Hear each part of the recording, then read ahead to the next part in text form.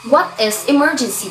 So an emergency is an unplanned sudden event of such magnitude occurring due to deficiencies in the system.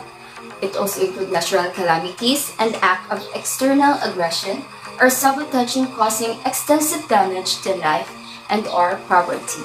What is emergency preparedness? It is the actions which can and should be performed prior to emergencies, such as planning and coordination meetings, procedure writing, team training, emergency drills and exercises, and prepositioning of emergency equipment. What is safety management? Safety management is managing business activities and applying principles, framework, and process to help prevent accidents, injuries, and to minimize other risks. What are emergency situations?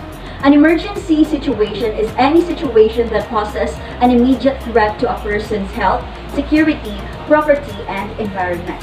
Knowing how to assess the signs that make up an emergency will help you know how to handle it.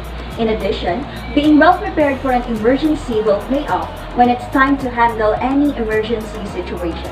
Examples: earthquake, fire, floods, terrorist attacks, hurricanes, pandemics, and many more.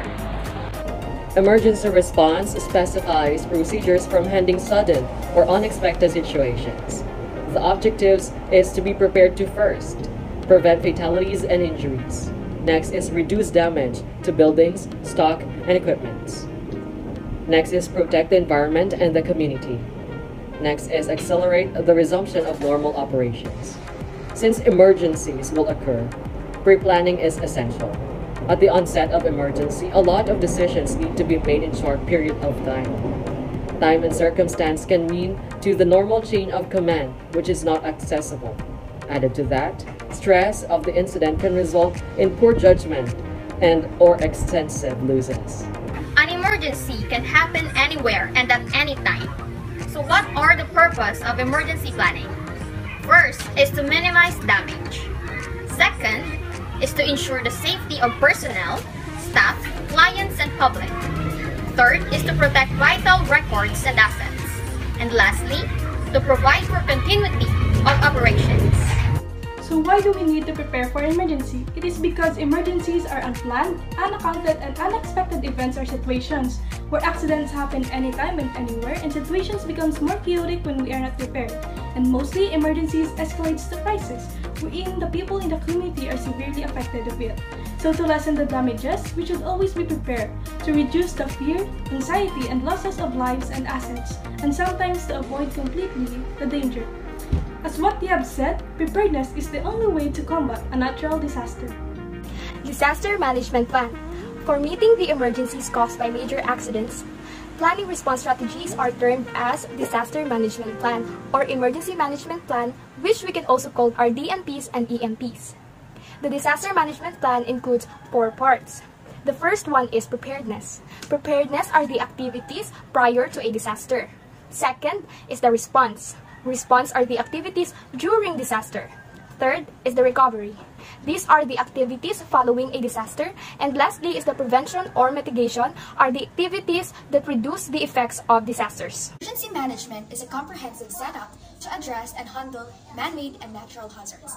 It has 4 parts: prevention or mitigation, preparedness, response, and recovery. Emergency management planning pyramid is composed of 7. On the bottom part is the enterprise-wide vision for emergency management. And on top of that is the 5-year strategic and business plan. And on the top of that is the mitigation plan. And on the 4th spot of the pyramid is the emergency operations. And next to that is the continuity plan. And next to that is the recovery plan. And the topmost is resilience. Generally, we have 5 phases involved in an emergency. First is discovery and notification. An event with an imminent threat of turning into an accident must first be discovered, and the discoverer should quickly notify the same to the safety officer. Second is evaluation and accident control initiation. Based on the evaluation, the safety officer makes a rapid assessment and initiates the best course of action. Third is containment and countermeasures. Action is first taken to contain and control the accident by eliminating the causes which may lead to the spread of accident. Measures are also taken to minimize the damage to personnel, property, and environment.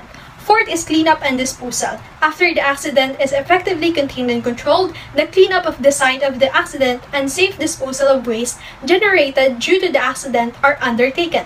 And lastly is documentation. All aspects of accident must be documented for analysis, for prevention in future, damage estimation, insurance recovery, and compensation payment. It may be noted that photographs, survey reports, and etc. may have to be carried out before the cleanup and disposal phase. Keys to success in an emergency.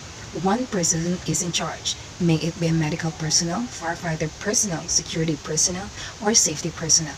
Second, everyone involved knows who is in charge. May it be a doctor, firefighter, security guard, or any specialist in other field.